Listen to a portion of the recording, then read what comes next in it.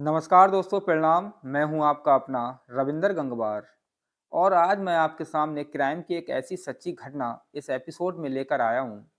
इस सच्ची घटना को जब आप सुनेंगे तो आप भी हैरान हो जाएंगे कि आखिर एक व्यक्ति दूसरे व्यक्ति के साथ ऐसी घटना कैसे कर सकता है।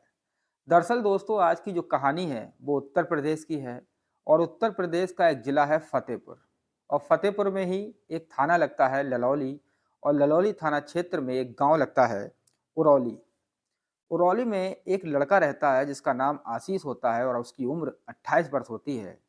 वो 28 दिसंबर को लापता हो जाता है और लापता होने के बाद 28 दिसंबर 2024 को लापता होता है और अगले दिन उसकी लाश एक दूसरे थाना क्षेत्र में मिलती है और वो भी नदी किनारे।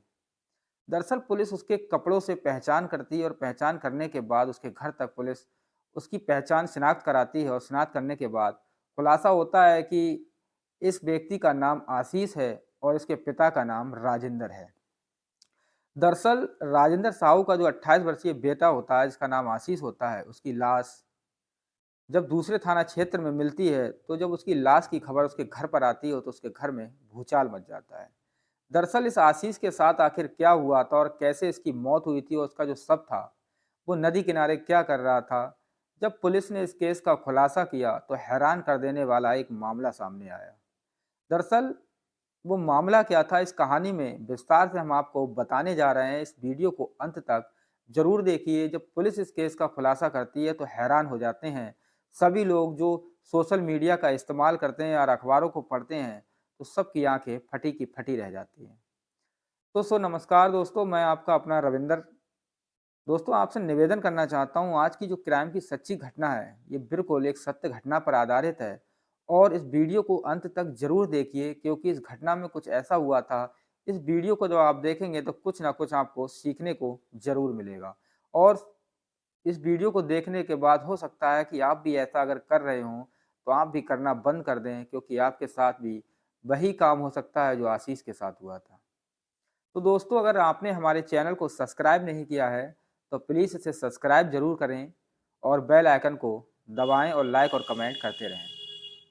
तो दोस्तों, चलते हैं कहानी की ओर। आखिर इस कहानी की शुरुआत कहाँ से हुई थी और क्या हुआ था। दरअसल जो आशीष होता है वो अपने पिता से बहुत प्यार करता था और उनके जो गांव था उरौली, उसमें ये परिवार रहा करता था। इसमें आशीष उनका बेटा होता है और उनके पिता का नाम राजेंद्र होता है और उनकी जो माँ होती हैं वो गृहिणी होती हैं, घर में परिवार का पालन-पोषण कर रही होती हैं। जो पिता होते हैं वो एक किसान होते हैं।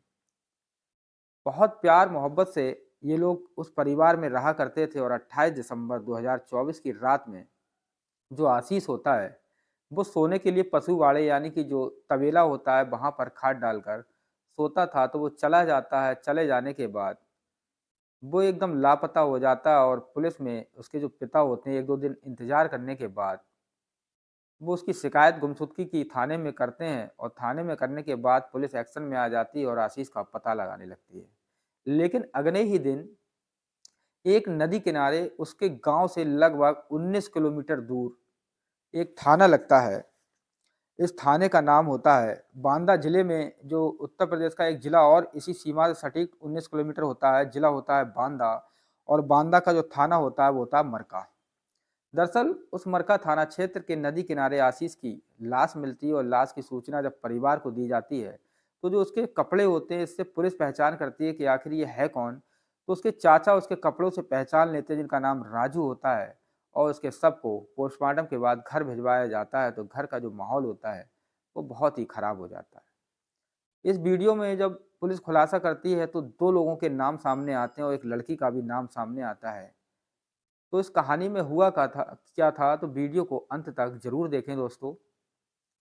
तो जब पुलिस उसकी लाश को घर लाती है, ले लाने के बाद उसका अंतिम संस्कार किया जाता है और पुलिस फिर इस मामले की खुलासे में लग जाती है कि इस केस में आखिर हुआ क्या था, इसकी हत्या क्यों की गई थी। तो पुलिस को पता चलता है कि जो उसकी हत्या थी वो गला दबाकर की गई थी, लेकिन सवाल बना हुआ था कि आखिर इसकी हत्या की किसने थी। पुलिस आए दिन हाथ पैर मारती है लेकिन कातिलों का पता नहीं चल पाता है। तो लगातार वो प्रयास कर रही होती है। तो पुलिस के दिमाग में एक ख्याल आता है, तो आशीष की कॉल डिटेल खंगाली जाती है। जब उसका सीडीआर सामने आता है तो उसमें एक लड़की का नाम सामने आता है। उस वीडियो में काल्पनिक हो सकता है, इसीलिए उसका नाम लेना जो ज़रूरी नहीं है क्योंकि वो नियम के विरुद्ध है, इसीलिए उस लड़की का नाम तो नहीं लिया जा सकता है। तो जो लड़की होती है उस लड़के से बात करती थी और जो लड़की होती है वो जब पुलिस को बताती है तो हैरान कर देने वाला मामला सामने आता है। दरअसल ये लड़की से पुलिस जब पूछताछ करती है तो एक चौंकाने वाला खुलासा होता है। वो बताती है कि जो आशीष है और जो लड़की होती है वो एक दूसरे से प्यार करते थे और प्यार करने के बाद आशीष की उसके परिवार के जो पिता होते हैं, उनका नाम रणविजय होता है, उनका भाई होता है विपिन, वो हत्या कर देते हैं। दरअसल उसकी हत्या पुलिस पूछती है क्यों की गई थी, तो इसके लिए रणविजय और जो विपिन होता है, उसको पुलिस गिरफ्तार करती है उस लड़की के बयान के आधार पर। तो गिरफ्तार करने के बाद जब थाने लाती है तो उनसे पूछताछ करती है कि आखिर तुमने इन दोनों की हत्या में शामिल होने की कोशिश क्यों की और क्यों आशीष की हत्या की? तो रणविजय और विपिन बताता है कि जो मेरी बेटी या मेरी बहन होती है, वो अपने कमरे में सो रही होती है, तो रात में जब उसकी आँख खुलती है, तो वो देखता है कि उसकी जो बहन है, वो आशीष नाम के लड़के के साथ आपत्तिजनक स्थिति में थी।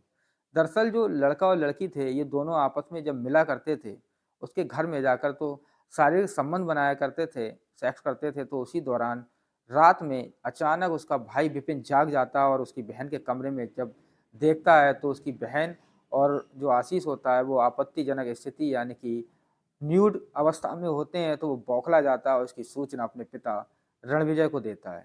दरअसल रणविजय जब ये बात सुनते हैं तो वो भी बौखला जाते हैं और जो लड़का होता है आशीष और उनका जो बेटा होता है विपिन, आशीष को उसके पिता और विपिन दोनों आशीष को गाड़ी में खींचकर डालते हैं और वहाँ पर उसके मफलर से उसकी बेरहमी से हत्या कर देते हैं। गला दबाने के बाद फिर उसे 19 किलोमीटर दूर मरका थाना क्षेत्र के नदी किनारे ले जाते हैं और वहाँ पर उसके शव को डंप कर देते हैं, मतलब लाश को ठिकाने लगा देते हैं। तो पुलिस भी सीडीआर के माध्यम से इस केस का खुलासा कर देती है और हैरान कर देने वाली बात तो ये है कि जो आशीष होता है उसकी भी गलती ये होती है कि उस लड़की के घर पर जाता है और उसके ही कमरे में उसके साथ शारीरिक संबंध बना रहा होता है। तो कोई भी बाप और भाई जब इस स्थिति में देखता है तो घटना तो मामूली बात है, लेकिन जो लड़की के पिता रणविजय और विपिन जो उसका भाई होता है, उसने जो क्राइम और कानून को अपने हाथ में लिया वो भी गलत था। इसीलिए पुलिस ने उन पर तगड़ी चार्जशीट फाइल की और उन्हें न्यायालय में पेश करने के बाद उन पर मुकदमा लिखने के बाद उन्हें न्यायालय में पेश किया और वहाँ से उन्हें जेल भेज दिया गया। दरअसल दोस्तों, ये घटना सुनाने का मकसद, हमारा उद्देश्य आपको परेशान करना नहीं था, बल्कि आपको दुखी करना नहीं था, बल्कि आपको सचेत करना था, जागरूक करना था कि ऐसे क्राइम की जो घटनाएँ सामने आती हैं, तो जो आँखें हैं और कान हैं, वो फटे के फटे रह जाते हैं कि आखिर एक नौजवान की एक शारीरिक संबंध बनाने के लिए लड़की के चक्कर में उसकी हत्या कर दी जाती है और अपने जो बाप का दुलारा होता है वो बेटा दुनिया से अलविदा हो जाता है। तो दोस्तों, हमारे चैनल को सब्सक्राइब ज़रूर करें और क्राइम की सच्ची घटना देखने के लिए जो देश में घट रही सच्ची घटनाओं को लेकर हम आपके सामने हमेशा रात 8 बजे प्रस्तुत होते रहेंगे। जय हिंद, जय भारत।